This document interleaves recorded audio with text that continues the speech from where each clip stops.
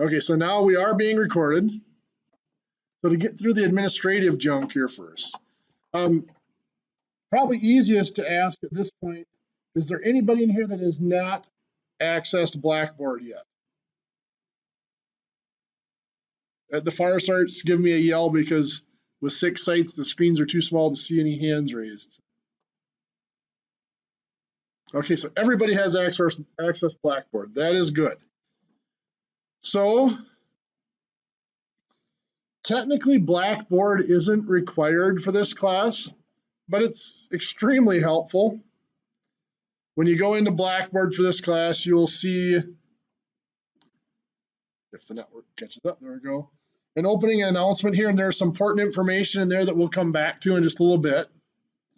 It tells you where everything's at in Blackboard, and then it's going to give you some information for registering for MyMathLab. Shut that off. Some other things, of course, you'll be able to see your grades. Right now, there aren't any grades posted, so you click on that, it'll be blank. Course Tools has a lot of stuff in it, but about the only thing useful is you can go down to send email and click on that. You can send me a message, or you can actually select any of your classmates you need to contact and send them a message as well. Most of the useful stuff is here in course information. You can see my contact information is there. That's also going to be on the syllabus in a minute. My name is Todd Huff. All of you can call me Todd.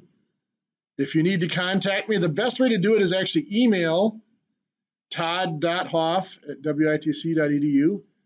I check my mail at least a couple times a day.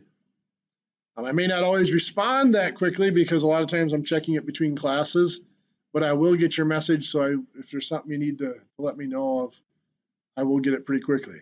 If you have to call, you can actually call any of the WITC numbers. I mean, call the 800 number or any of the campus locations, and then dial extension 5361, and it'll take you to my voicemail. Don't expect me to answer because I am never in my office. I go up there maybe 2 or 3 times a week to make sure nothing's piling up on my desk, and that's it. If you ever saw our offices, you would know why. But I will get a message that there's a voicemail, and I will get your messages. Now I'm going to jump down here to my schedule quick. This is my schedule for this semester. Oh, that's not what I was looking for. That's the syllabus. I guess I didn't get my schedule posted, but I will have my schedule down there in just by the end of the week, I'll have my schedule up there for you. So you can see my schedule and see when I am free. For this class, I am free before class or after class every Wednesday. Other times I'm freer in the morning, usually from 9:30 to 12:30 most mornings. So those of you in Rice Lake, you can just find me in this classroom if you need anything. Those of you at other sites, of course, will have to message me. If it's something where you're going to need extra help with homework and stuff, we can get the network set up so it comes up earlier, before 5:30, so I can work with you before class if you want to. Or if we have to, we can have it stay open late, and I can work with you after class each night as well. I just have to give them a couple hours notice in the ITV office to get the network set up that way. Okay, the syllabus. You guys have already seen my contact information. There it is again. You guys are here, so I don't need to tell you where and when class is.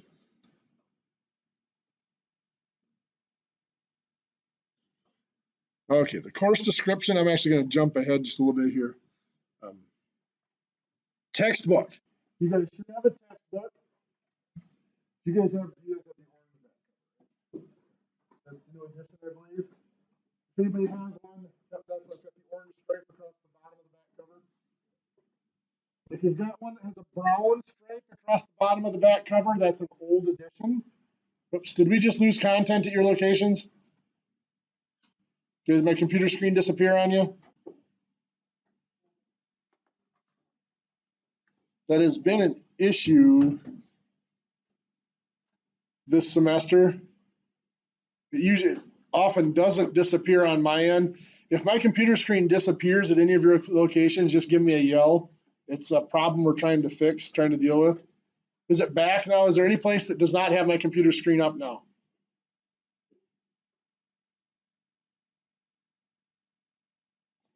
Okay, we just lost the location. Lady Smith come out? Okay. Well, we'll have to go on without them. Hopefully they'll be able to see the recording. They'll get back in here a little bit. Like I said, if you have the brown stripe on the bottom of your back cover, that's an old edition, which still will be fine. Just the page numbers are a little bit different. And if you have an old edition, if you bought a used textbook, you're not going to have the access card for MyMathLab, so you'll have to get that separately. But we'll talk about MyMathLab in just a little bit. But it does just say business math across the top, and actually has our course name and course number across the stripe in the middle. This is custom published for our class, which means unfortunately it's a lot cheaper to buy, but you don't get anything selling it back, just so you know.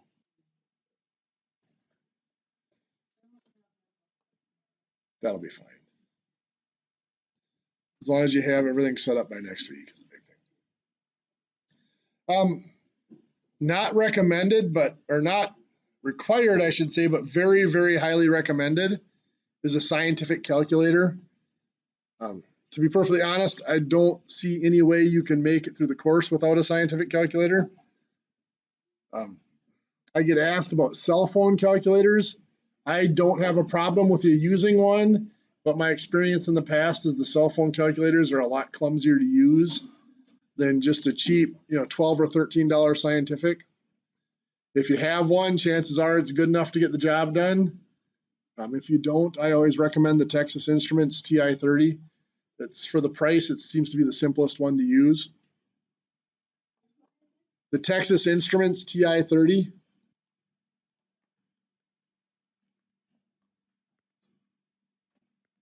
I gotta make my pen work here.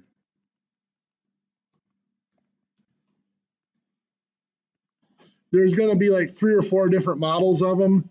Usually the one that's dark gray or dark blue is the better one. It has, as long as it has the 2-line display on it. When I buy one, I usually get solar because I have maybe 7 or 8 of them up in my office. The batteries are dead. And it's like $6 or $7 for batteries and only $12 or $13 for the calculator.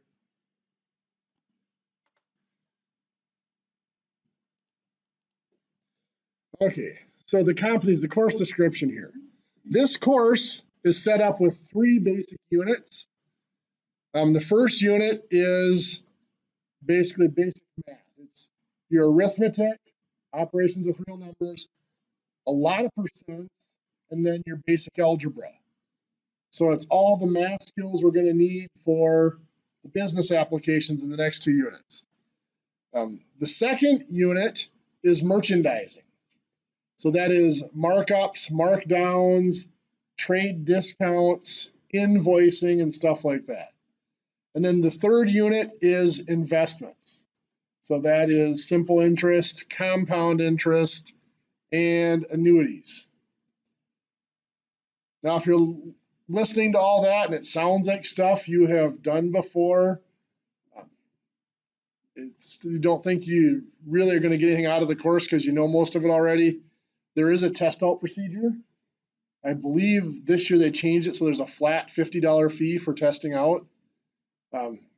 Take the test out, you have to get an 80% or better to pass. If you pass, you get credit for the course and you get your tuition back for the course, which this is a 3-credit course, so that's somewhere around $470, somewhere in there. The thing to be careful of is if you're on financial aid, you can't drop below the 12 credits or whatever your credit threshold is. So it doesn't count towards those financial aid credits. You have to be careful with that. If you don't pass the test, you lose your $50 and you're stuck back here with me for the rest of the semester. Just to be honest, full disclosure, the pass rate on the test out for this class, since I started here and since I started keeping track, is about 18%. So less than 1 out of 5 that take the test actually pass it. The basic math is pretty easy, but some of the investment calculations, unless you've seen them recently and have the formulas memorized, are pretty tough. If anybody has any questions about testing out or is interested in testing out, let me know and I'd be happy to sit down and go over what you should study. But if you're going to test out, you have to have it done by the end of the day this Friday. That's our time limit on it. Okay, next we have our grading policy. In this class, 80% of your grade is going to be based on your unit tests and your quizzes. You have 3 unit tests. Your first one comes up 3 weeks from tonight. Those are each worth 100 points. And then almost every week there's a quiz. Obviously there won't be one tonight because you guys are just starting, but next week there will be a quiz. Those quizzes are each 10 points. I think it works out that there's like 10 or 11 quizzes total for the semester. Then the other 20% of your grade is your homework and class participation. So you get a homework assignment every week, except for weeks where there's a test. And then the rest of that is showing up for class and not upsetting the instructor. As you can tell, I'm really tough to get along with. This table might be a little small to see at the far sites, but this is just the standard WITC grade scale, the percent to letter grade conversions. If you need to drop the course or withdraw from the course for any reason, during the first week you can drop and get a full refund. So between now and the end of the day Friday, you can drop and get a full refund for any course. But after that point, if you think you might need to drop or withdraw, please come talk to me somehow. A lot of times people will drop for changes in work schedule or stuff like that. A lot of times there's ways we can work around it so that you can finish out the course and still get credit for the class. So before you drop and lose your money, come talk to me and see if we can't work something out for you. The rest of this is just standard stuff. They told me I have to talk about academic integrity this year. Don't cheat. There's my speech.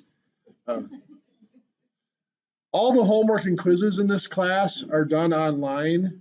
It's expected that you're working on those alone. Homework, I don't care if somebody sits down next to you and helps you through them. To me, the homework is there to help you learn. Quizzes, of course, I'm expecting that you're sitting there working on those by yourself.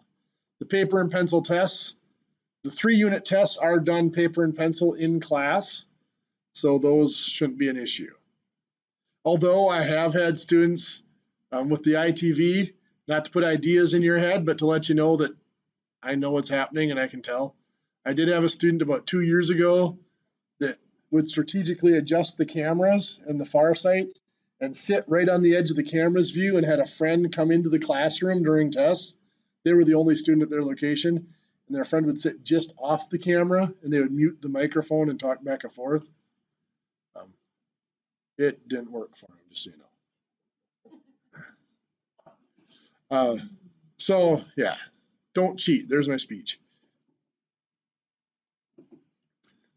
If you have any needs, whether you have a diagnosed disability or maybe you stress out when you take math tests or you're just really scared of math class, come and talk to me. I mean, we can almost always find something to make you feel better, make the class easier for you. I view it as it's my job to do what I can to get you through the course. In this class, I've taught at least one section of this class every semester. This is my 18th year now. So I've taught, at one point I was teaching 4 sections in a semester. So I've taught somewhere around 60 or 65 sections of this class. I've maybe had 4 or 5 people that showed up every class, did their work, and didn't make it through. So if you're here and you're doing the work, chances are you are going to make it through. And we'll do whatever we can to help get you there. Podcasts and videos, that's just my disclosure that it is recorded. It is posted publicly. It's posted on YouTube, and it's not secured. It's open to public. It's searchable. So it's out there for people to view. With that said, if you have friends or kids or whatever that might benefit from some of them, you're more than welcome to share it with them and let them view it. Heck, for all I care, you can pop some popcorn, invite your friends over for the weekend, and put it up on the big screen.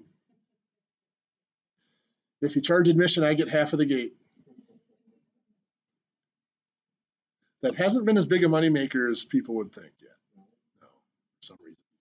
And that's just our 3 units, our basic algebra and problem solving, our merchandising. In with the merchandising, we do a small unit on statistics. And then our investment and interest. Anybody have any questions on policies, procedures, or anything like that for the course so far? Okay.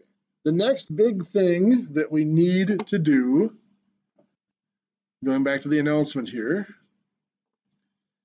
hopefully some of you have done it already. I did share this email so that you had share this announcement through email a few days ago, is MyMathLab. With your textbook, usually it's inside the front cover. There should be a card that says MyMathLab on it with the big scratch off thing on it for a code. It might be in the back cover. It is in the back cover this time. Okay. They moved it on us. So either in the front cover or back cover, somewhere in your book, there's a little tag board card that has a little silver scratch off on it. That is your access code for MyMathLab. Now, if you bought a used book, like I said, you probably won't have that. You'll have to purchase that access separately. If you took this class before, as long as it is within the last 12 months and you're retaking it, you can still use your old code from the last access. You actually go in not as a new student, but as someone who's already used the system, and you can access it with that code. So anyway, we would go to mymathlab.com. And when you get there, the sign-ins are over on the right side here. Normally, you would just click sign in, but if you have never used MyMathLab before, or if you haven't registered for this class before, I should say, you have to go down here and click register now where it says student. So you'll be clicking on student there. Then this is just telling you what you need to make sure you have. You need to have an email account. I highly recommend you use your WITC email. If you use a different email address, somewhere in your notebook, write down what email address you used and what you used for a username. I also recommend you just use your email address for a username so you don't get confused. And then when you create a password, write that down. Every semester, I have one or two students who they get signed up for it, they start working on the homework, then they leave and they come back the next day to work on it more and they can't get back in because they wrote down their username or password incorrectly, or they thought they could remember it and they couldn't quite remember it. So make sure you get that written down when you're getting signed up here. So go over here and click OK, register now. First thing it's going to ask you for is the course ID. The course ID is what's posted right here in our opening announcement. I know it's a little small to see, but that course ID is HOFF 94834.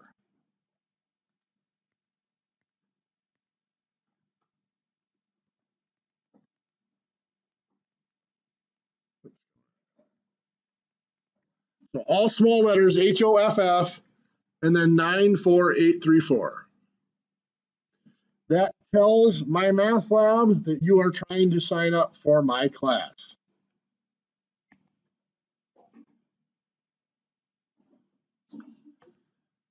So now,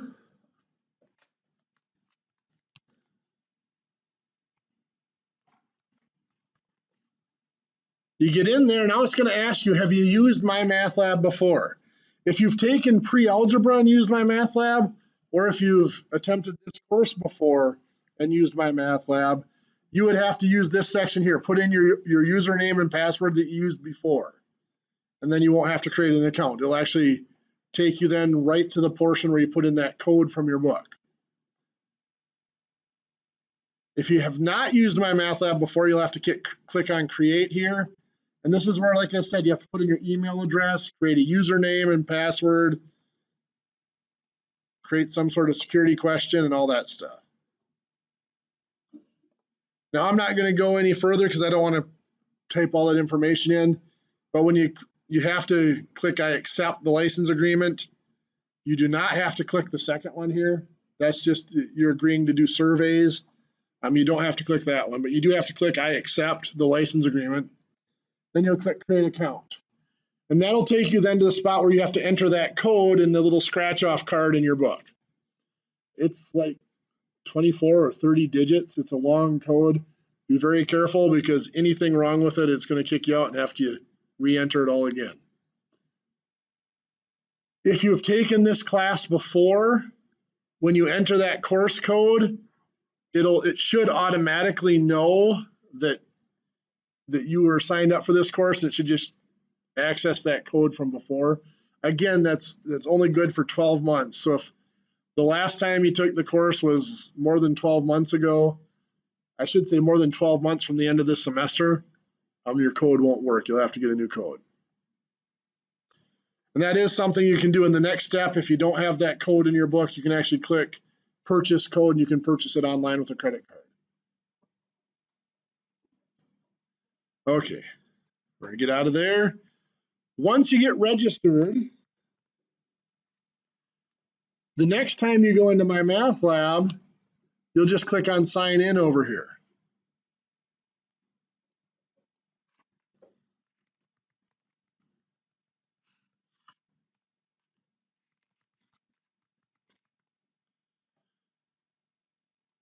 And for many of you, there will only be one course over here for you.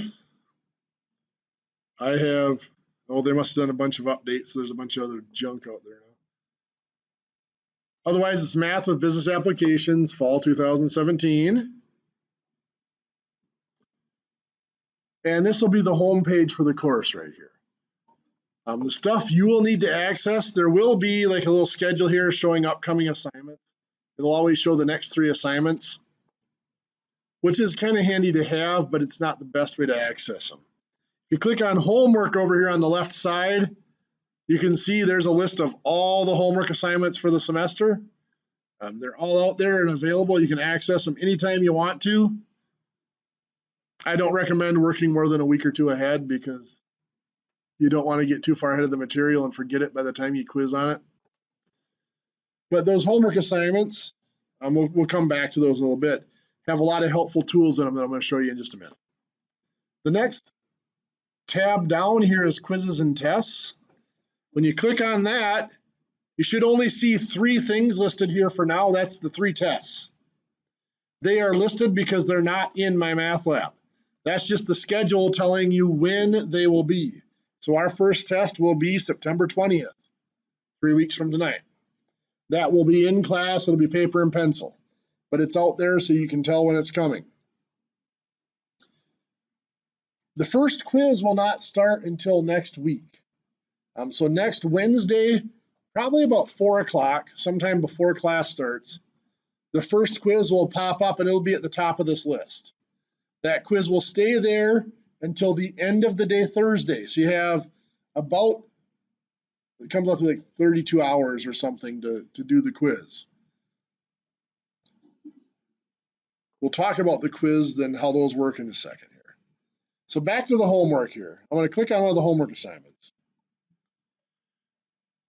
In these now, the first couple homework assignments are relatively long because it is more basic math. So it is going to take a little bit longer here. Some of the assignments later on in the course are like 8 or 10 questions long. But at the beginning, there's a lot of topics we cover in the first couple weeks, so there's more questions here. If you click on a question, so let's see here, write the word name for the decimal. 3 and 5 10,000s. So you here, this one's multiple choice, but most of them you'll have to type in your answer. You can click check answer and it says you're correct. Go on to the next question. So here's my next question. Write the number that represents the decimal. So 613 thousandths. Right in, it says you are correct. Now you notice when I click on there to type in the answer, by the way, this ribbon comes up down here. There's little fractions and mixed numbers and stuff. Those are, sometimes you have to use those to enter your answer. If you need to enter a fraction, you need to click on that so you can enter your fraction in there. So let's answer one wrong. It's going to say, sorry, that's not correct. And usually it gives you a little bit of a hint here to steer you in the right direction. So let's click OK. Let's answer it wrong again. If you answer the question wrong 3 times, it's going to give you the correct answer. And then it's going to give you 2 questions. Rather than try again, it's going to give you next question. You can just give up and go on to the next question. Or you can say similar question. And what it'll do is it'll change the question. These are all computer generated. It's the same question, just with different numbers. And it'll let you try it 3 more times. And if you keep getting it wrong, it'll just let you keep trying a new version of that same question.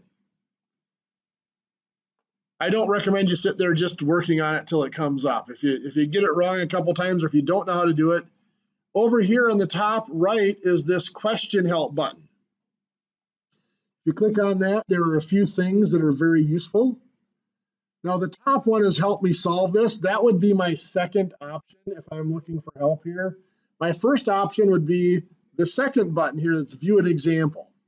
If I click on that, it'll bring up a similar question and it'll talk me through it. Now this is a pretty simple question, so there's not much of an explanation here. But normally it would have like a step-by-step explanation of how you solve that problem.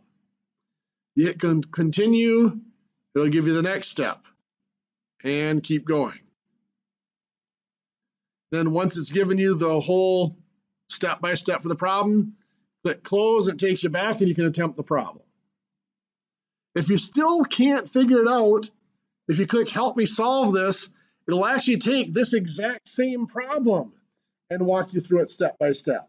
Only this time, it's going to ask you to put in some information. Excuse me, what's the whole number part? So you put in the 4. If you're right, it'll let you go on to the next step.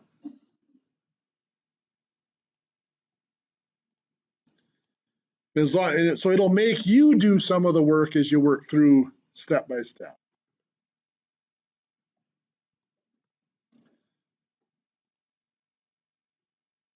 So you get the picture there. Now, since it just walked you through that exact same question, when you click close, it's going to change this question again. So you can still come back and attempt that. If you really get stumped, there are options here you can click on, and it'll actually bring up a digital copy of the page in the textbook that covers that topic. Or some of them have, like this one does, a video that you can click and you can go watch a video on that topic. And then you have Ask My Instructor. If you need to ask me about a question, you click on that. It brings up a little message pane here. It's going to send that to my email. It's going to tell me what question you're working on. And then if you want to put a message in here and tell me what's got you confused, maybe I know the answer, but I can't figure out how to enter it into MyMathLab, or I'm not sure what variable to use or something like that. You please use this if you have a question on one of these, because if you just send me an email saying I had a question on, or I had a problem with question number 38, because these are computer generated, when I go in there and look at question number 38, it may not be the same question as you had. It'll be similar, but the numbers might be different. So it's a lot less confusing for you if you use this. This will send me a copy of the question you were working on. So I know exactly what question you were working on, and I can give you an exact explanation of what you need to do. Any questions on those little helps? Like I said, once you actually start the homework, hopefully they'll make more sense. What's that?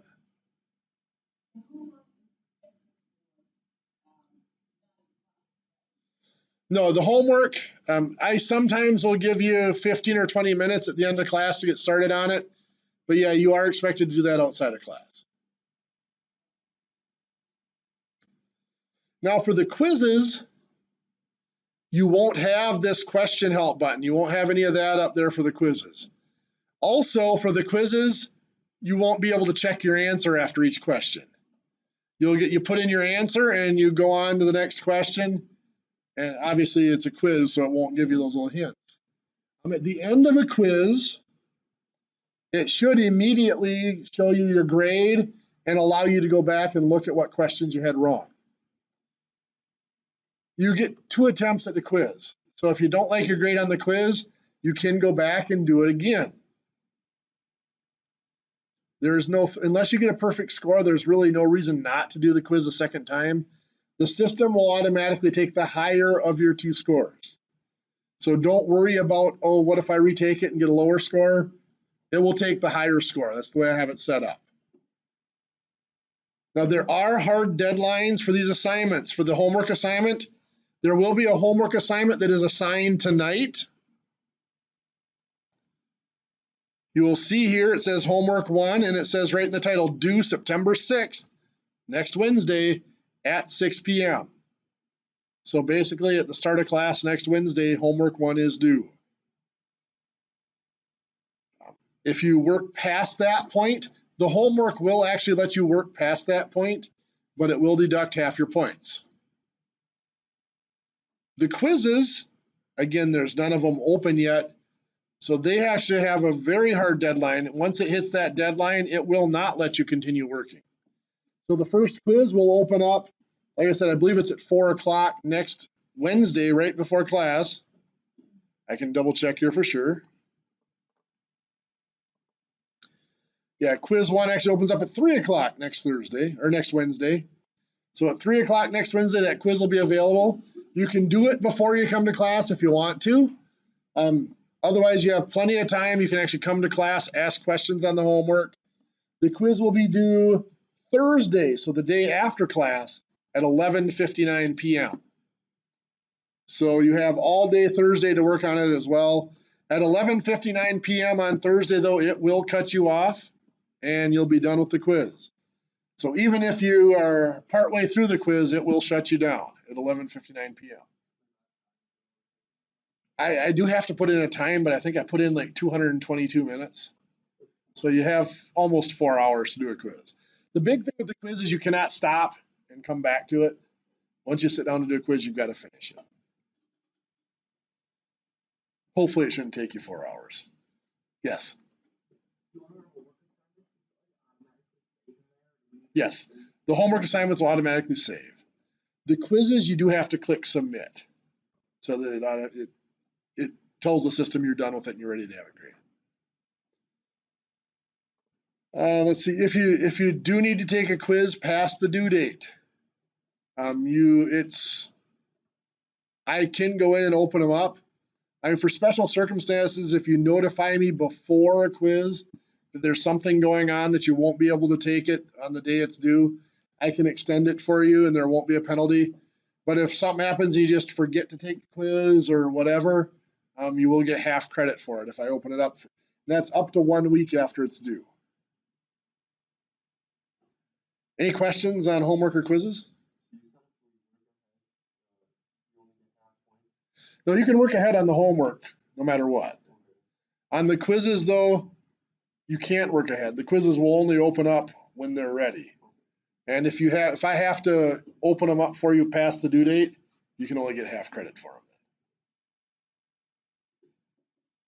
So basically, make sure you keep either Wednesday night after class open for quizzes or sometime during the day Thursday for quizzes. There are 10 quizzes. I whittled it down. Usually, before I had 11 in here so that you had an extra one so I could bump your lowest score. But this semester, I think we only have 15 Wednesdays the way it's set up. So I had to bump one of the quizzes.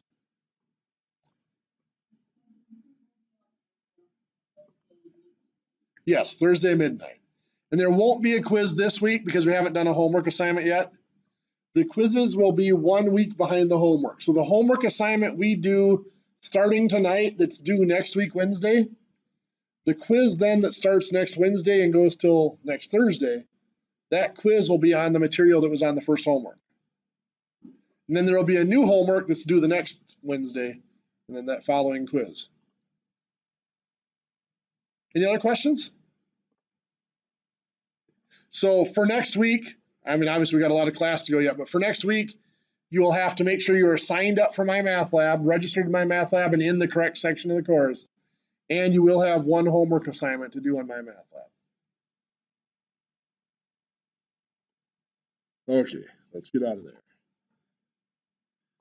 Now, this course starts out with some fairly basic math.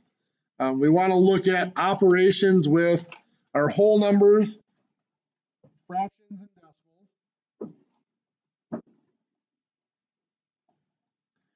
So what we're going to look at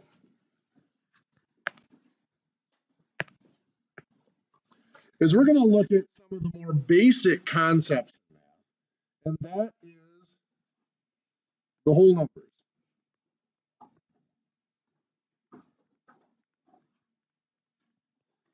Now, in my experience teaching, I found that many of the problems students have with the more complex topics in math come from the fact that they really don't understand what they're doing with whole numbers. Many of us are good at working with whole numbers. We can do the calculations, but we were never really told why we do them that way. So we do spend a little bit of time with whole numbers just to kind of make sure everybody knows what's going on with them. Whole numbers, when we deal with operations with whole numbers, all of our operations come in pairs. They're what we call inverse operations.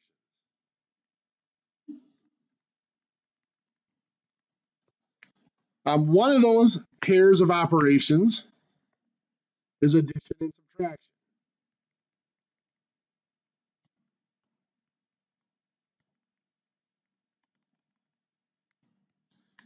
In fact, some textbooks refer to addition and subtraction as the same operation. One is going forward and one is going in reverse. The word inverse actually implies that they undo each other. They cancel each other out. For example, somebody pick a number between 10 and 20. 15, I heard. Somebody pick another number between 5 and 10. 9, I heard. So if I do 15 plus 9, what do I get? 24. If I wanted to take that 24 and get back to 15, what would I do? Subtract 9. So adding 9 and subtracting 9 get us right back to where we started. That's what's meant by inverses. Another pair of inverse operations would be multiplication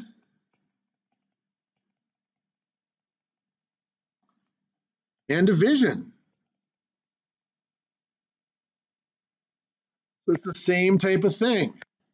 Since we've got them out there, I'll use the same numbers. If we take 15 and multiply by 9, we're going to get 135. If I want to take that 135 and get back to 15, what would I do? Divide by 9. Very good. So we can see here that multiplying by 9 and then dividing by 9 gets us back to where we started. They cancel each other out again. Now there are other pairs of inverse operations in math. Come on, there we go. An example might be powers and roots. We don't think of these very often because, oops, we're gonna have that issue tonight, it looks like. They're just not, we don't think of them as being standard operations because they've always been treated as something above the regular operations, but they are just another set of operations. And they are inverses. If I take like 7 and I square it, I get 49. Very good. Squared just means 7 times 7. If I want to take that 49 and get back to 7, I have to square root it. That power of 2 and the square root are inverses. They reverse each other. They get us back to where we started. Now, some people don't realize, because a lot of times the square root is the highest we've ever seen, there actually are higher roots. Like 5 to the third power is just 5 times 5 times 5, or 125. There is a third root that reverses a third power and would take us back to 5. So we have those inverse operations. If this were a more advanced math class, like a college algebra or a technical math, something like that, we would then get into other things like trig operations. There's trig operations and they're inverse, takes you right back where you started. There's exponentials and logarithms. If this were an electronics math class, you would look at exponential functions and logarithms that undo each other. I know I just threw out some big scary words. Don't worry, we won't talk about them in this class. You'll never hear of them again in here. That's very specialized for specific programs.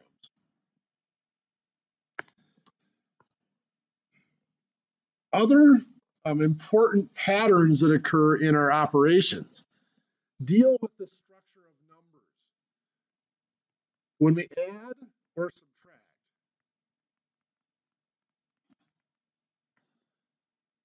let's look at something like 4 inches plus 3 inches. What do we get? 7 inches. Good. There are actually 2 parts to every number. Each part has its amount. I usually refer to that as the count, which would be the 4 and the 3 here. Well, when I add numbers, I take those counts and I combine them with addition to get 7. 4 plus 3 is 7. But each number also has a label, which I usually refer to as the name. In this case, that would be the inches. Here we have inches, and we end up with inches. We keep the same name. The same would be true of subtraction. If I had 9 inches minus 2 inches, I would combine those counts, 9 and 2. Now we're subtracting, so I'm going to subtract them. 9 minus 2 is 7, and I would keep that same name of inches. Because of that, if we were trying to combine things like 5 feet plus 2 pounds, what would we get? Well, trick question. It's 5 feet and 2 pounds. Because when we add and subtract, because we're going to keep that same name, it implies that we have to start with the same name. So with addition and subtraction, we cannot combine things with different units or different labels like that. When we multiply or divide,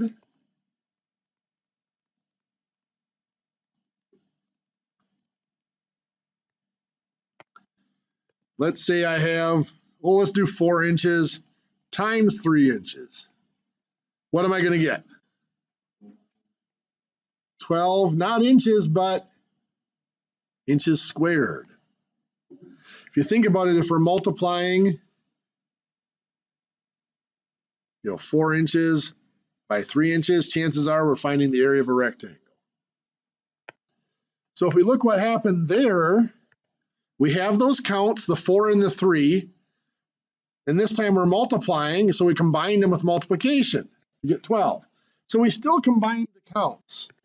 The difference is in the names. This time we had inches and inches, and we ended up with inches squared.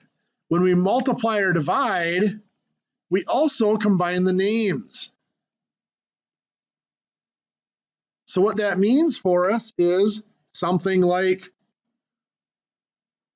5 feet and 2 pounds. If I'm multiplying 5 feet times 2 pounds, I'm going to combine the counts. What's 5 times 2? 10. But I'm going to also combine the names. Feet times pounds is foot-pounds. That's a unit of torque. Or if you're looking at structures, it's a unit of moment. It's okay when we multiply or divide. We do not have to have the same name, because when we multiply or divide, we're going to combine the names. As we look at our other forms of numbers, that is going to be a very big difference as to how we work with those other numbers. Okay, for right now, we have hit 6:20 here. It is time for our break, so we're going to go ahead and take our break. It's 6:21 actually, so let's come back at 6:31 by the time on the computer. The clock on the wall here is like 4 minutes slow, just so you know. I don't know how the clocks are at the other locations, but 10 minutes from right now, so 6:31. We'll come back.